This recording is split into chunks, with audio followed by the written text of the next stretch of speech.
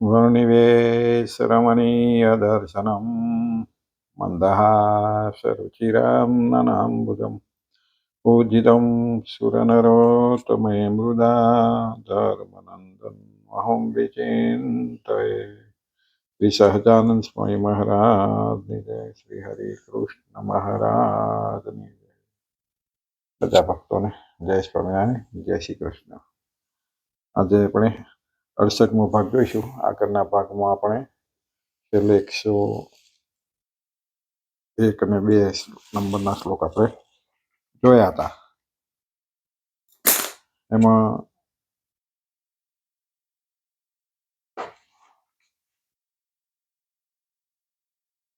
કે ભગવાનના જે વચન શાસ્ત્રોમાં કહ્યા હોય, ભગવાન 8 શાસ્ત્રો આપણે જે કહ્યો હતો એમાં જે ભગવાનના જે વચનો છે એમાં અતિ ઉત્કર્ષપણે જે કહેતા હોય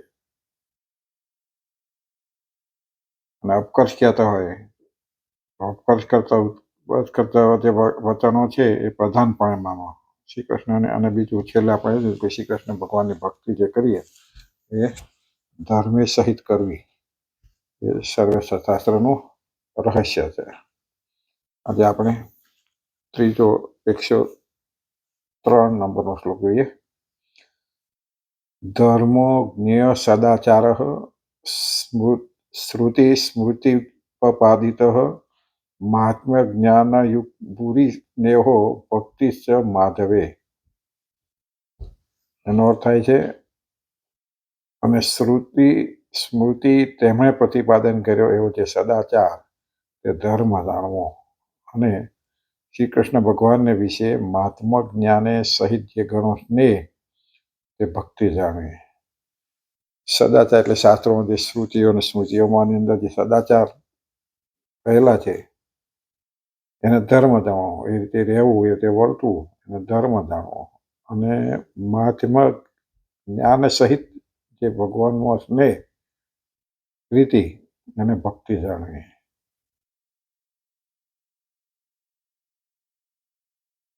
જે મહાત્મા કે અમારા આશ્રિતો હોય તેમણે શ્રુતિ અને સ્મૃતિ પ્રતિપાદન કરેલો જે સદાચાર તેને ધર્મ જાણવો અને શ્રી કૃષ્ણ ભગવાનને વિશે મહાત્મા જ્ઞાનથી યુક્ત જે ઘણો સ્નેહ અને ભક્તિ જાણવી.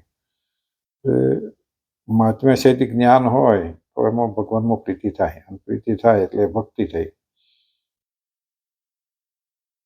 સતાનંદ સ્વામી કહે છે કે શ્રુતિ એટલે વેદો, સ્મૃતિ એટલે આજ્ઞાવલ્ક્ય ઋષિઓએ આદિ બીજા જે ઋષિઓએ રચેલી ધર્મ સંહિતા, એમણે અધિકારને અનુસાર અવશ્ય પાલન કરવા માટે વિધાન કરેલા જે સદાચાર તેને ધર્મ જાણવો. આ સ્મૃતિમાં જે સદાચાર અવશ્ય અધિકાર પ્રમાણે જે પાલન કરવું એ જે પ્રકારનો સદાચાર એને ધર્મ જાણવો.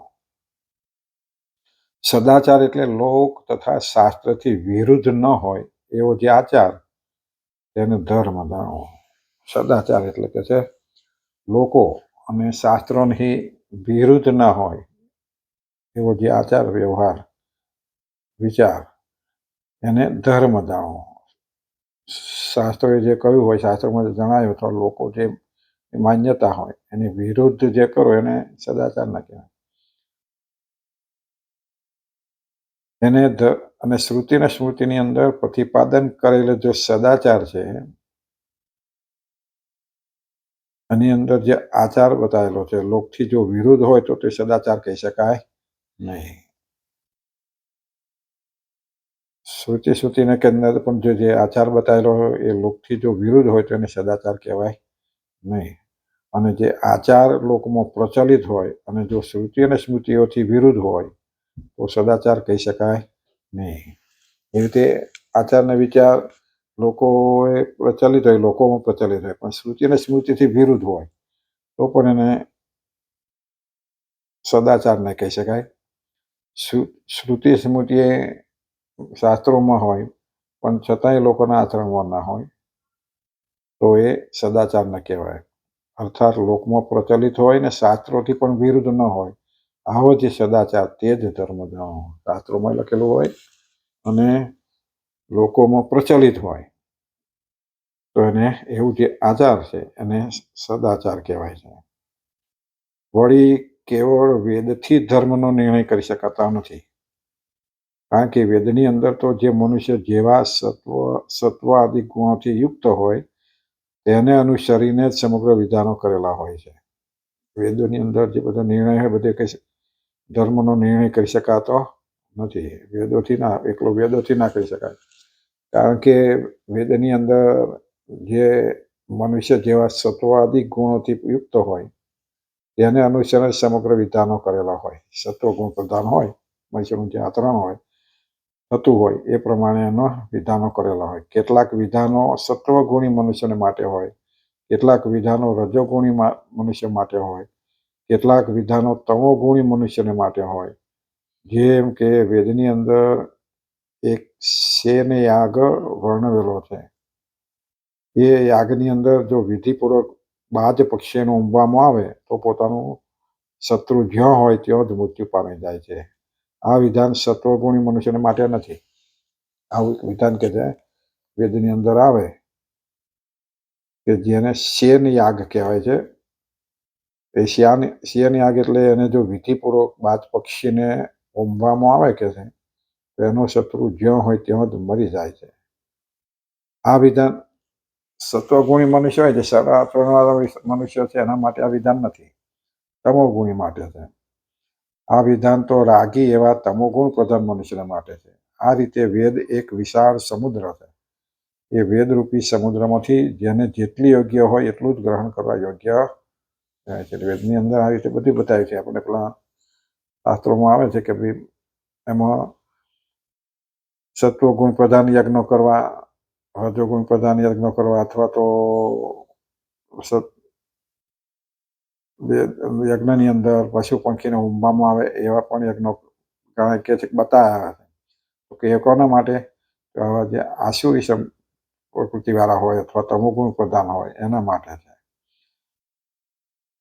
પણ બધાના માટે આચાર માટે એ નથી. સત્વગુણી પ્રધાન માટે સત્વગુણ એટલે જેને જે યોગ્ય આવ્યું હોય, કારણ કે એની અંદર બધું બતાવેલું છે. એમ કહ્યું કે વેદ એ સમુદ્ર છે, જેને જેટલી નજર પડતી હોય જેને જે એક લાગતું હોય એમાંથી લેવાય, પણ એ બધાને લાગુ પડતું નથી. આ રીતે વેદ એક સમુદ્ર છે ને વેદરૂપી સમુદ્રમાં જેને જેટલું યોગ્ય હોય એટલું જ ગ્રહણ કરવા યોગ્ય હોય, પણ સર્વે એક અધિકારીને ગ્રહણ કરવા યોગ્ય હોતું નથી. બધાને એક હરખો અધિકાર એનાની અંદર નથી. જેમ કે ભાઈ વેદ હોય તો વેદની શ્રુતિઓ કોને બોલાય? તો બ્રાહ્મણ, વૈશ્ય અને ક્ષત્રિય અને શૂદ્રને એના માટે અધિકાર નથી એવું બતાવેલું છે. એવી રીતે જેને જે અધિકાર હોય એ પ્રમાણે એટલું ગ્રહણ કરવું. તેથી કેવળ વેદનથી ધર્મનો નિર્ણય થઈ શકતો નથી. માટે ધર્મના નિર્ણયને માટે સ્મૃતિ શાસ્ત્રને પણ તપાસવો. સ્મૃતિ શાસ્ત્રો જે છે વેદ ઉપરથી બનાવેલા, એ સ્મૃતિ શાસ્ત્ર અથવા યાજ્ઞવલ્ક્ય અથવા બધા ઋષિઓએ જે સ્મૃતિઓ બનાવી છે શાસ્ત્રો, એની અંદર એને પણ તપાસવા. અર્થાત વેદમાં જે પ્રતિપાદન કરેલું હોય એ જો સ્મૃતિ શાસ્ત્રમાં હોય અને વેદ તથા સ્મૃતિમાં જે પ્રતિપાદન કરવામાં આવેલું હોય એ જો મહાપુરુષોના આચરણમાં હોય તો જ એને ધર્મ કહી શકાય. સ્મૃતિમાં હોય અને મહાપુરુષોના આચરણમાં આવતું હોય, મહાપુરુષે કહેલું હોય તો એને ધર્મ કહી શકાય. ત્રણ જગ્યાએ જે આચાર મળતો આવતો હોય તેને જ ધર્મ કહી શકાય છે. આવી રીતે વેદ, સ્મૃતિઓ અને મહાપુરુષો એ ત્રણેય જગ્યાએ જો મળતા આવતા હોય આચરણ, એ ધર્મ કહી શકાય. મહાભારતના મોક્ષ ધર્મમાં પણ 3 પ્રકારના ધર્મનું લક્ષણ કહેલું છે. સદાચાર એટલે મહાપુરુષોનો શ્રેષ્ઠ આચાર, સ્મૃતિ એટલે ધર્મશાસ્ત્ર અને ત્રીજો વેદ. આ 3 ધર્મનું લક્ષણ છે. સદાચાર એટલે મહાપુરુષોનું જે શ્રેષ્ઠ આચરણ હોય, આચાર એમનો, એ સ્મૃતિ એટલે ધર્મશાસ્ત્ર છે સ્મૃતિ, અને વેદો છે એ ત્રીજું છે વેદ. આ 3 ધર્મનું લક્ષણ છે. અર્થાત જે આચાર વેદમાં હોય એ જ સ્મૃતિમાં હોય અને જે આચાર વેદ અને સ્મૃતિ આ બંનેમાં હોય એ જ આચાર જો મહાપુરુષોના આચરણમાં હોય તો જે ધર્મ માની શકાય છે. આ પ્રમાણે ત્રણેયમાં મળતો જે આચાર એને ધર્મ કહેવાય છે. આ રીતે ત્રણેય દ્વારા નિર્ણય પામેલ જે ધર્મે તેનું પાલન કરનાર મનુષ્ય ઉત્તમ સુખને પામે છે. આ રીતે ત્રણેય જગ્યાએ આ વસ્તુ મળે. વેદ,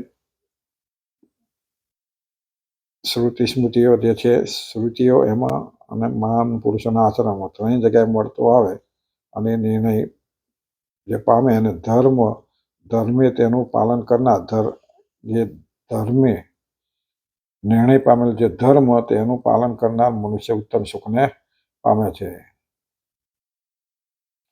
આ વિષયમાં મનુસ્મૃતિઓમાં પણ કહેલું છે.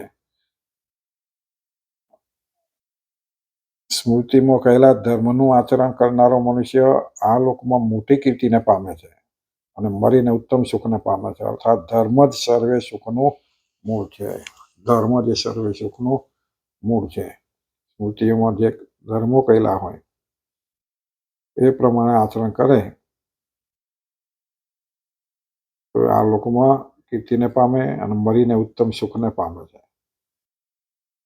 માટે ધર્મ એ જ સુખનું મૂળ છે. ધર્મ વિના તો કોઈ પુરુષાર્થની સિદ્ધિ થઈ શકતી નહીં. કોઈ પણ પુરુષાર્થ કરો એમાં ધર્મ હોય તો એની સિદ્ધિ થાય.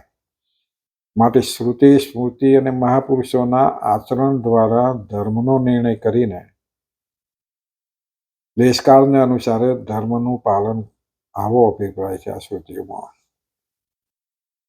શ્રુતિ સ્મૃતિ, મહાપુરુષોના આચરણ અને વેદ દ્વારા ધર્મનો નિર્ણય કરીને દેશકાળને અનુસારે ધર્મનું પાલન કરવું આવો અભિપ્રાય છે. દેશકાળ હોય પાછો એને પણ અનુસરવું. દેશકાળ બરાબર ના હોય ને વાતાવરણ થાય એવું ના હોય તો યથાયોગ્ય દેશકાળ થાય ત્યારે એનું પાલન કરવું જોઈએ. વળી ભગવાનના મહાત્મ જ્ઞાનથી યુક્ત એવો જે ભગવાનને વિશે સર્વાધિક સ્નેહ પ્રેમ તેને ભક્તિ કહેલી. ધર્મની વાત આવી. સ્મૃતિ જે પ્રમાણે આચરણ બતાવ્યું હોય ને કરવું ધર્મ છે. પણ ભક્તિ કોને કહી છે તો ભગવાનના મહાત્મ જ્ઞાનથી યુક્ત એવો જે ભગવાનને વિશે સર્વાધિક સ્નેહ પ્રેમ તેને ભક્તિ કહેલી છે. ભગવાનનું મહાત્મ્ય એટલે ભગવાનની મોટાઈ, ભગવાનનું સામર્થ્ય, ભગવાનનું પરપણું વગેરે કોઈ પણ વસ્તુનું જ્યાં સુધી મહાત્મ્ય સમજાયેલું ન હોય ત્યાં સુધી એ વસ્તુમાં પ્રેમ થતો નથી. ભગવાનની જેટલી મોટાઈ આપણે જાણીએ એમાં શ્રદ્ધા બેસે અને ઓળખાય તો ભગવાનમાં પ્રેમ થાય અને જ્યારે પ્રેમ થાય ત્યારે ભક્તિ બની જાય. એટલે ભક્તિ કરવા માટે પહેલું ભગવાનનું મહાત્મ્ય જાણવું જોઈએ કે ભગવાન આવા છે, ભગવાન આવી દિવ્યતા છે, ભગવાનનો અવલોક છે, ભગવાનથી જ આ બધું કર્યું થાય છે, ભગવાન થકી જ આ બધું થાય છે એ ઓળખાઈ જાય બરાબર. અને પછી એમાં જે સ્નેહ થાય ત્યારે એ ભક્તિ બની જાય છે. ભક્તિ એટલે આપણે ભજન કરીએ અને ભક્તિ એવું નથી. ભજન ક્યારે કરીએ તો એ ભગવાનનું કંઈ મહાત્મ્ય સમજાય તો જ કરીએ. મંદિર જઈએ, જે કંઈ કરીએ, સેવા કરીએ એ બધું ભગવાનનો મહિમા જાણીને ભગવાનના વચનોનો, ભગવાનના કહેલું એના મહાત્મ્ય જાણીને આપણે કરીએ ત્યારે અને જ્યારે એમાં બધા ઊંડા ઉતારીએ જેમ જેમ ભગવાનમાં પ્રેમ કરતા જઈએ એને ભક્તિ કહી છે.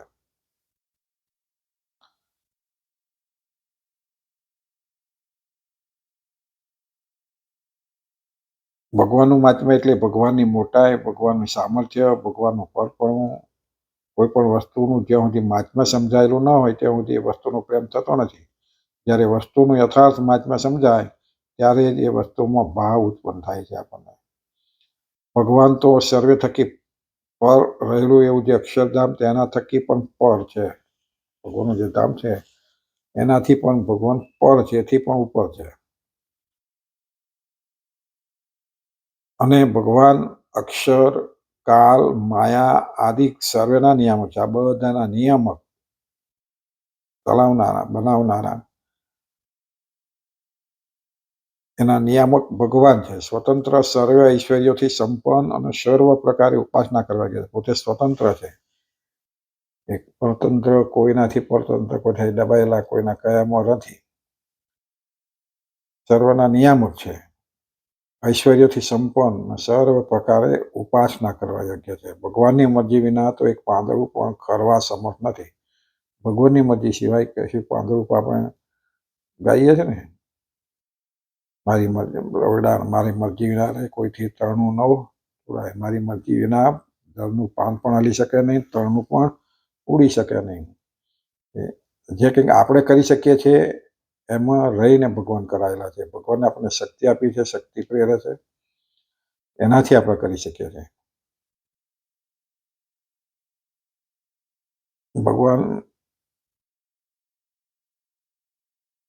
ભગવાનની મરજી વિના તો પાંદડું પણ ખરવા તૈયાર નથી, સમર્થ નથી. ભગવાન સર્વે જીવોને કર્મના બંધન થકી મુકાવવામાં સમર્થ છે. આપણે જે કર્મો કરીએ છીએ એના બંધન આપણને લાગે છે, પણ એમાંથી જો આપણને કોઈ છુટકારો આપી શકે તો ભગવાન આપી શકે છે. એટલે બંધન થકી આપણને મુકાવવામાં સમર્થ છે. સર્વે બ્રહ્માંડોની ઉત્પત્તિ, સ્થિતિને પ્રલય કરનારા છે. બ્રહ્માંડની ઉત્પત્તિ પણ એ કરે છે, બ્રહ્માંડને ચલાવે પણ એ છે, અને એનો જ્યારે નાશ કરવો હોય તો પણ એ ભગવાન જ કરી શકે છે. પછી આપણને ઘણી વખત વિનાશ થતો દેખીએ, પૂર આવે, ધરતીકંપ થાય કે યુદ્ધો થાય, પણ એ બધામાં એક ભગવાનની સામર્થ્ય છે. ભગવાનની મરજી સિવાય કશું થઈ શકતું નથી.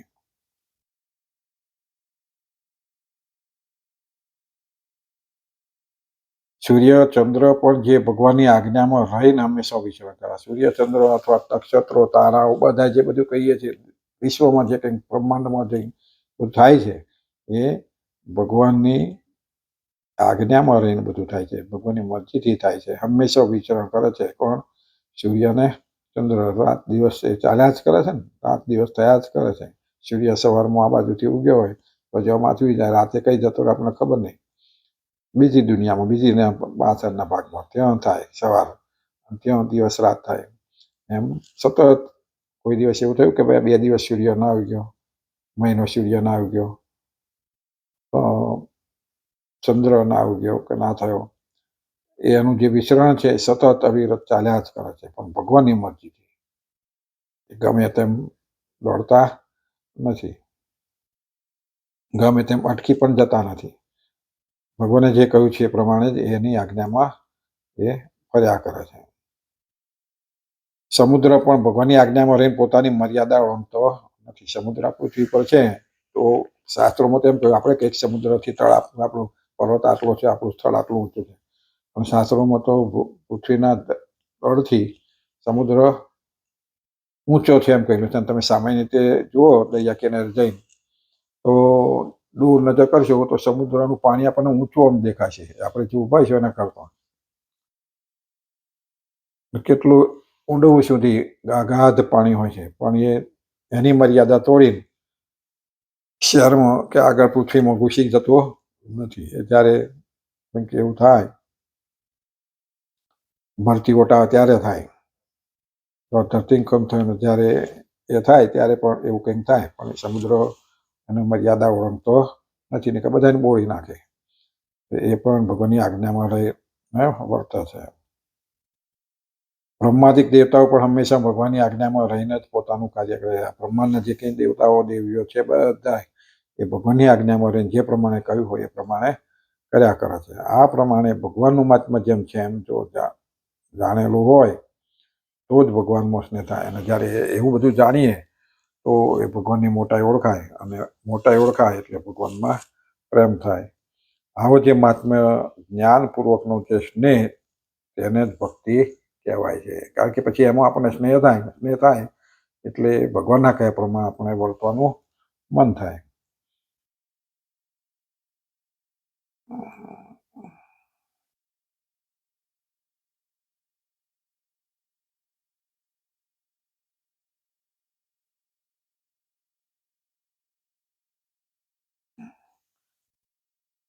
મહાત્મ્ય જ્ઞાન પૂર્વકસ્તુ સુદૃઢ સર્વતો અધિક સ્નેહો ભક્તિ રીતિ પ્રોક્તા યયા ભક્તિ ન ચ ન્યથા ઇતિ. આ શ્લોકનો ભાવ એ છે કે મહાત્મા જ્ઞાનપૂર્વક અતિ દ્રઢ અને સર્વથી અધિક એવો જે ભગવાનમાં સ્નેહ તેને ભક્તિ કહેલી છે. આ શ્લોકમાં અર્થ એવો થાય, મહાત્મા પૂર્વક અતિ દ્રઢ સર્વથી અધિક એવો જે ભગવાનમાં સ્નેહ એને ભક્તિ કહેવાય. એટલે આપણે વિચારે કે આપણી ભક્તિ છે કે નહીં. આપણે ભગવાનનો સ્નેહ અતિ દ્રઢ ન હોય તો હું હોઉં કે તમે હો, ગમે તે હોય, પણ જો આપણે ભગવાનમાં જ્યાં સુધી અતિ દ્રઢ ના, આપણે કંઈક હોય ભજન કરતા હોય અને જો કંઈક બહાર કશું થયું હોય તો તરત મૂડી મૂકીને આપણે દોટ મૂકીએ, તો એ ભગવાનનો સ્નેહ કહેવાય. કોઈક બૂમ પાડે તો આપણે તરત ભગવાન આગળ માળા ફેરવતા હોય મૂકીને પાછા ત્યાં જઈએ, તો એ પૂરો સ્નેહ નથી. બીજા આવી રીતે અને આવી ભક્તિ વડે જે મોક્ષ થાય છે, આવી ભક્તિ કરે તો એનાથી મોક્ષ થાય છે. એ સિવાય બીજા કોઈ સાધનથી મોક્ષ થતો નથી. બીજા સાધનોનું અનુષ્ઠાન કરવાથી તો ભક્તિનો ઉદય થાય. બીજા જે સાધનો કરો,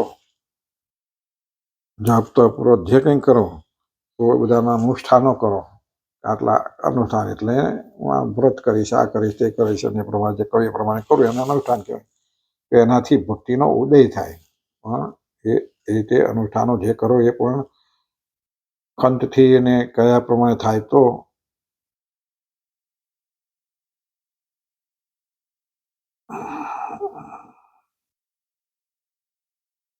અને ભક્તિના ઉદયથી જ મોક્ષ થાય છે. આ ફળરૂપ પ્રેમ લક્ષણ ભક્તિનું પ્રતિપાદન કર્યું છે. કારણ કે ભક્તિ પણ બે પ્રકારની છે, એક સાધનરૂપ ભક્તિ અને બીજી ફળરૂપ ભક્તિ. જે ફળરૂપ ભક્તિ છે તેને પ્રેમ લક્ષણા ભક્તિ તથા પરાભક્તિ પણ કહેવાય છે. શ્રવણમ, કીર્તનમ, વૈષ્ણવ સ્મરણમ, પાદ સેવનમ, અર્ચનમ, વંદનમ, દાસ્યમ, સખ્યાત્મા આત્મનિવેદનમ ઇતિ. આવી રીતે 9 પ્રકારની ભક્તિ બતાવી છે. એમાં શ્રવણ આદિ જે 9 પ્રકારની ભક્તિ છે તેને સાધન રૂપ ભક્તિ કહેલી છે. અને સાધન રૂપે ભક્તિ કરતા કરતા જે ભગવાનનો પ્રેમ ઉત્પન્ન થાય તેને ફળરૂપ પ્રેમ લક્ષણા ભક્તિ કહેવામાં આવે છે. જે સાધનથી, જે ભક્તિથી ભગવાનમાં પ્રેમ ઉત્પન્ન થાય, આવી 9 પ્રકારની ભક્તિ કે શ્રવણ ભક્તિ એટલે સાંભળવું, ભગવાનની કથા, વાર્તા, કીર્તન જે સાંભળીએ એને શ્રવણ ભક્તિ કહેવાય. કીર્તનમ એટલે કીર્તનની ભક્તિ, જે ગાઈએ સાંભળીએ એ કીર્તન ભક્તિ છે. વિષ્ણુ સ્મરણમ, ભગવાનનું નામ જે એમ દઈએ, જપ કરીએ એને નામ સ્મરણ ભક્તિ છે. પાદ સેવનમ, ભગવાનની જે સેવાચર્યા કરવી, ભગવાનની પંચચંપી કરવી, ભાવ રાખીને કે હું ભગવાનના ચરણ લાવું છું, આ રીતે ભગવાનની માનસી પૂજાઓ કરીએ. અર્ચના કરીએ, ભગવાનને મૂર્તિને અર્ચનાઓ કરીએ, લેપ લગાડીએ. વંદનમ ભક્તિ એટલે પ્રણામ કરીએ. દાસ્યમ ભક્તિ એટલે દાસત્વ પણ, દાસ જેવી, હનુમાનની જેવી ભક્તિ, ભગવાનની જે કહ્યું એ પ્રમાણે કર્યા જ કરે અને દાસ્ય ભક્તિ. સખ્ય એટલે સખા ભક્તિ, ભગવાનના મિત્રો જે બધા એવી રીતે જે ભક્તિ કરવી, પ્રેમ ભાવ. મિત્ર એ પણ એક પ્રકારનો પ્રેમ છે. મિત્ર કેમ કરવું એટલે ભગવાન જોડે જે એવા સખા મિત્રો હોય ને, શ્રી કૃષ્ણ ભગવાન હતા, ગોવાળે બધાના સખા ભક્તો હતા. સ્વામિનારાયણ ભગવાન વખતે આપણે કહીએ તો બાળપણમાં જ્યારે ઘનશ્યામ મહારાજ હતા ત્યારે પણ માધવ વ્યાણી, માધવને બધા હતા, એ સખા ભક્તો હતા. મોટા જ્યારે સત્સંગમાં તો સુરા ખાતર જેવા બધા ભક્તો હતા, એ સખા ભક્તની જેમ વર્તા હતા, મિત્રની જેમ. તો એ સખા ભક્તિ કહેવાય. આત્મનિવેદન એટલે ભગવાનને માટે જે કંઈ બધું કરવું એ પોતાની જાતે કરવું, આત્મનિવેદન ભક્તિ કહેવાય છે. આવી 9 પ્રકારની ભક્તિ છે. એમાં જેને પોતાને જે ભક્તિથી વધારે ભગવાનનો પ્રેમ રાખતો હોય એ ભક્તિ એના માટે ઉત્તમ છે.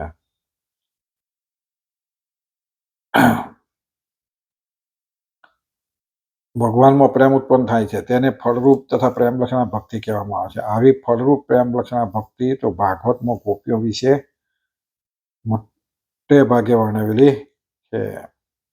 સુખદેવજી પરીક્ષિત રાજાને કહે છે કે હે રાજન, ગોપીઓને પરમાત્મા શ્રી કૃષ્ણને વિશે અપાર સ્નેહ રહેલો હતો.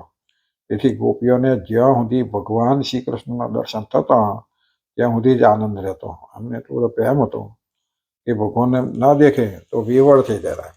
એટલે ભગવાનના દર્શન થાય ત્યારે જ એમને આનંદ થાય. એટલે આપણને એમ કે ભગવાનને તો આપણે ભગવાન હયાતીમાં હતા તો ભગવાનને દેખે નહીં ત્યાં સુધી ચેન ના પડે. એમ આપણે પણ ભગવાનના જ્યાં સુધી દર્શન ના કરીએ સવારે ઉઠીને અને બીજું કરવા જઈએ તો આપણને સહેજે ચેન ના પડે. અથવા મંદિર જતા હોય મંદિર ટાઈમે ન જઈએ તો ચેન ના પડે. તો આવી ભક્તિ એ સ્નેહવાળી ભક્તિ છે. ત્યાં સુધી જ આનંદ રહેતો. ભગવાનના દર્શન વિના એક ક્ષણ પણ મહાન યુગની સમાન લાગતો. ભગવાનના દર્શન ન થાય તો મહાન યુગ, જ્યાં સુધી ભગવાનના દર્શન ના થાય ત્યાં સુધી મહાન યુગ વીતી ગયો હોય એવો સમય લાગે આકરો.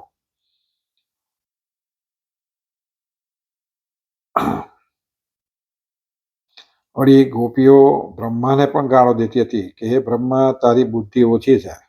આ અમારા નેત્રોની અંદર પોપણીઓ શા માટે બનાવ્યા છે? જે પોપણીઓ ભગવાનના દર્શન કરવામાં આડા આવે છે કે લ્યો પોપણીઓ કાંઈ આપણે તે બંધ ચાલુ થાય એટલે એટલી વાર ક્ષણ નિમિષ માત્ર કરી શેરમાં કોઈ થાય ને તો ભગવાન દર્શન જતા રહેતો હતો એમ. એટલે કે અમને આવી પોપણી શા માટે થાય? તો કે છે કેવો છે, બુદ્ધિ ઓછી છે, તમે આવું જે માણસને આવું આપ્યું. જે પોપણીઓ ભગવાનના દર્શન કરવામાં આડા આવે છે. આ રીતે ગોપીઓમાં ફળરૂપ પ્રેમ લક્ષણ ભક્તિ હતી અને તેનું ભાગવતમાં આવું રીતે વર્ણન કરેલું છે. તો ગોપીઓની પેઠે ભગવાનમાં સર્વથી અધિક જે સ્નેહ તેને જ ભક્તિ કહેવાય છે એમ ભક્તજનોએ જાણવું આવો ભાવ છે. એટલે ખાલી ભગવાનની વ્યાખની ભગવાનની જે પ્રેમ ભગવાન શ્રી કૃષ્ણ ભગવાનમાં પ્રેમયુક્ત વર્તું એનું નામ ભક્તિ કહે છે. એટલે ભગવાને કહ્યું કે આ રીતે ધર્મ સહિત જે ભગવાનમાં પ્રેમ કરો. ધર્મ કોને કહ્યો? તો કે વેદો અને શ્રુતિઓ અને મહાપુરુષે જેના આચરણમાં મૂકેલા હોય, જે સદાચાર કહેલો હોય એને ધર્મ જાણો અને એમાં રહીને જે ભગવાનનો સ્નેહ કરો એને ભક્તિ કહી છે. આવી ધર્મ સહિત જે ભક્તિ કરે એનો મોક્ષ થાય છે. એટલે ભગવાન આપણે વચનામૃતમાં કહ્યું કે ધર્મ સહિત જે ભક્તિ કરવી. ધર્મ વગર જો ભક્તિ કરી બધું કરીએ, ભગવાનનો પ્રેમ રાખીએ પણ ધર્મ ન પાળતા હોય, ગમે તેમ ખાતા હોય, ગમે તેમ બોલતા હોય, ગમે તેમ આચરણ કરતા હોય તો પછી એ એનું ફળ મળતું નથી. એ ભક્તિ બનતી નથી. એટલે ભગવાનનો જે પ્રેમ કરીએ છીએ ભક્તિ કરી પણ ધર્મે સહિત ભગવાને જે કહ્યા છે વચનો, વેદશાસ્ત્રો જે કહે છે વચનો, શ્રુતિ સ્મૃતિઓમાં જે કહે છે વચનો ધ્યાનમાં રાખીને એ પ્રમાણે ભગવાનમાં પ્રેમથી જોડાવવું એનું નામ ધર્મ સહિત ભક્તિ કહીને ધર્મ સહિત ભક્તિથી જ એનો મોક્ષ થાય છે. એકલી ભક્તિથી મોક્ષ થતો નથી, એકલો ધર્મથી મોક્ષ નહીં. ભક્તિ ખરેખર ભક્તિ ધર્મે સહિત જ જ્યારે થાય ત્યારે જ એને ભક્તિ કહી જાય. ખાલી ભક્તિના શબ્દ કરો કે ભજન કરીએ, ભગવાનમાં ખાલી પ્રાર્થના કરીએ, બધું કરીએ તો આપણે ભક્તિ થાય, પણ એ ભક્તિ કરીએ તો એને એકલી ભક્તિ ના કહી. એવી ભક્તિ ધર્મ ના હોય તો એ ભક્તિ નથી. એટલે ધર્મ સહિત ભક્તિ કરવી જોઈએ. બધા ભક્તોને આપણે 103મો શ્લોક પૂરો કરીએ છીએ. ફરીથી બીજા ભાગમાં આપણે આગળ જઈશું. બધા ભક્તોને ભાવથી જય સ્વામિનારાયણ.